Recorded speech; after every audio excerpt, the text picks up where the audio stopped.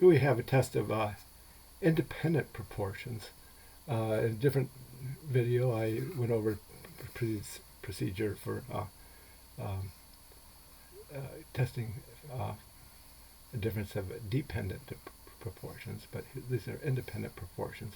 We have a sample of N1 equal 60 patients with moderate symptoms. In that sample, the cure rate for the new drug, P1 hat, is 0.8. This is taken from the population. Millions of such patients where the cure rate P1 is unknown.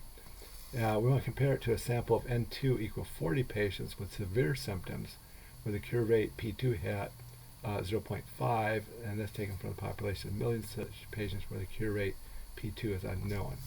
So we want to test whether the cure rates are different in the two populations. So H0, P1 equal P2, the proportions cured in the two populations are the same, versus the alternative HA, P1 not equal to P2, proportions cured and the two populations are different.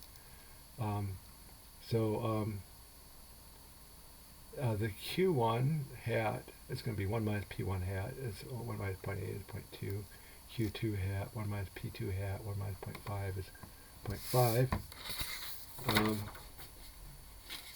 And then we want to check that n times each of these proportions are at least 5.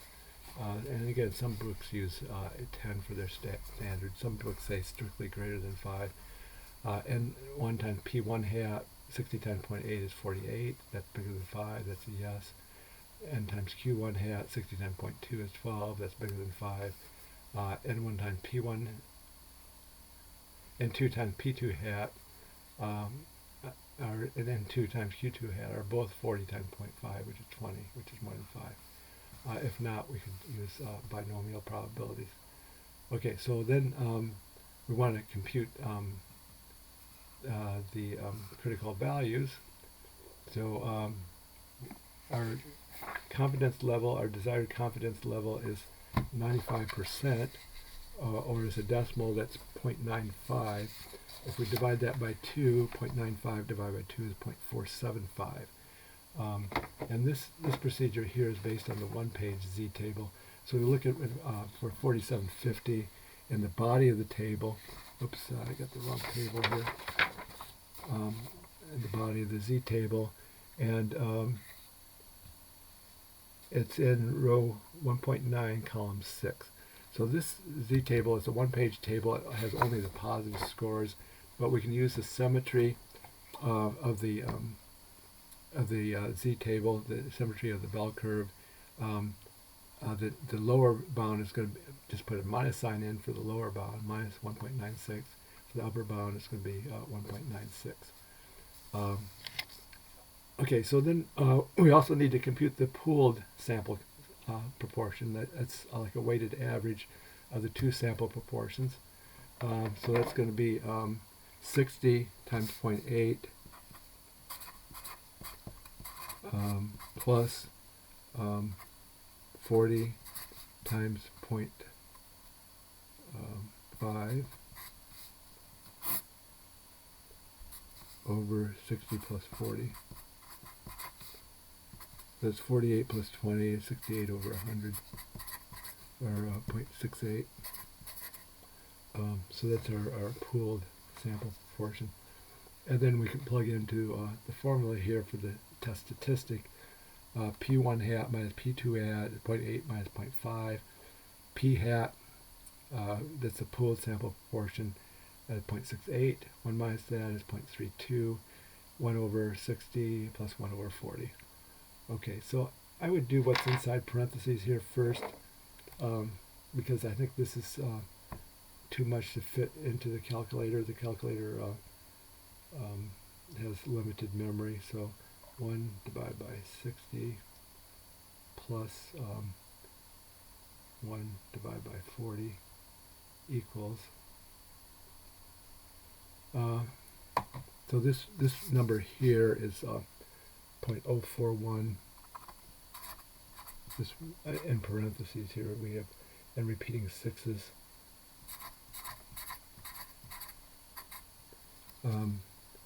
So that's that part of it, piece of it there. And then the rest of it you can pretty much do in the order it's written.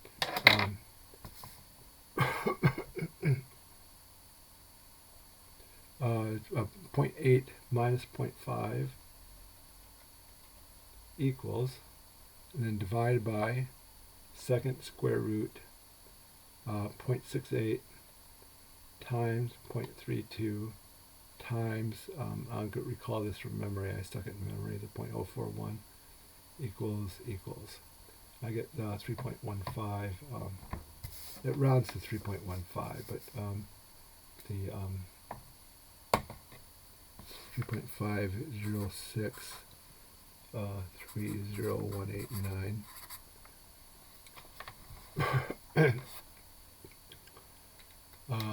Okay, so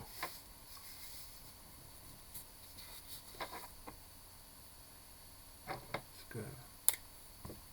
This is,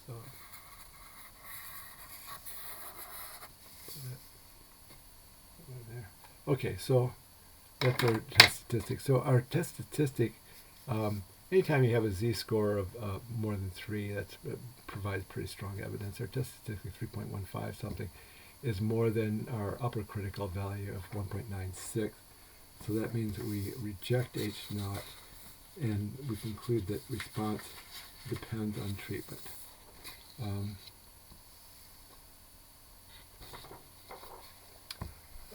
And we can also get a p-value if we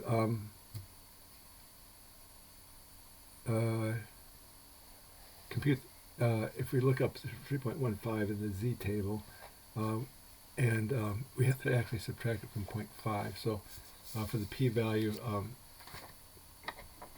I express it here as a probability z less than negative 3.15, but it's actually, we can also express it as probability z is greater than positive 3.15. And because this is a two-sided test, we want to multiply by 2.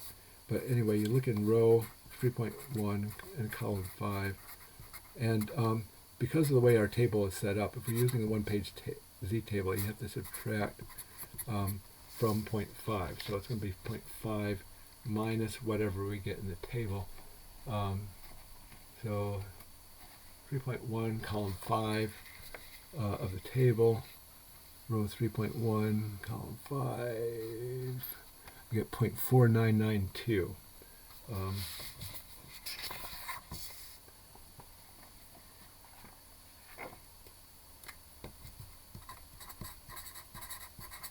Okay, so that's going to be 2 times 0.0008, and that's going to be 0.0016. So that provides strong evidence. Anything between 0.01 and 0.001 is be strong evidence. This is strong evidence that the response depends on treatment.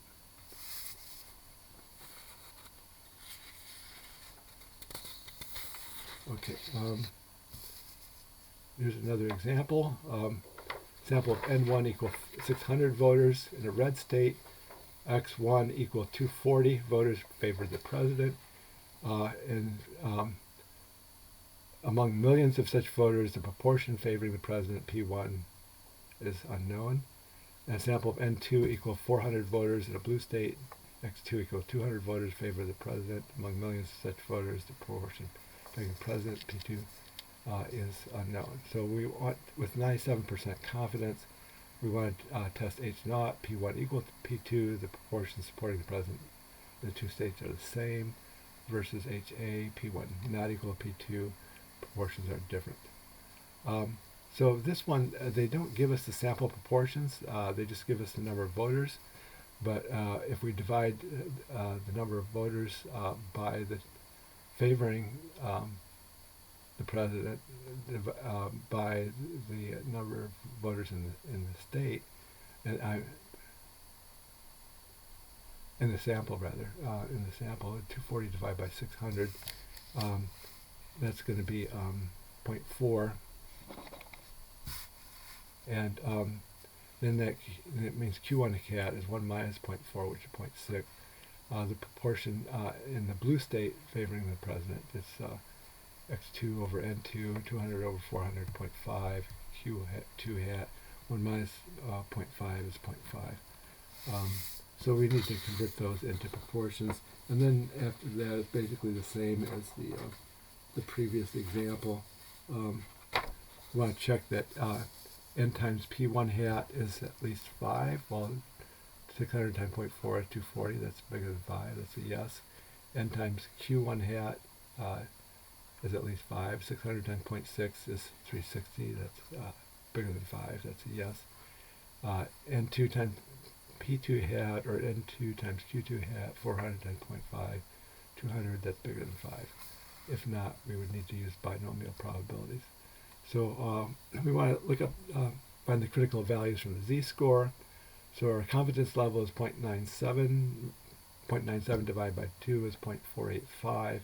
So we'll look for 4850 in the body of the z-table.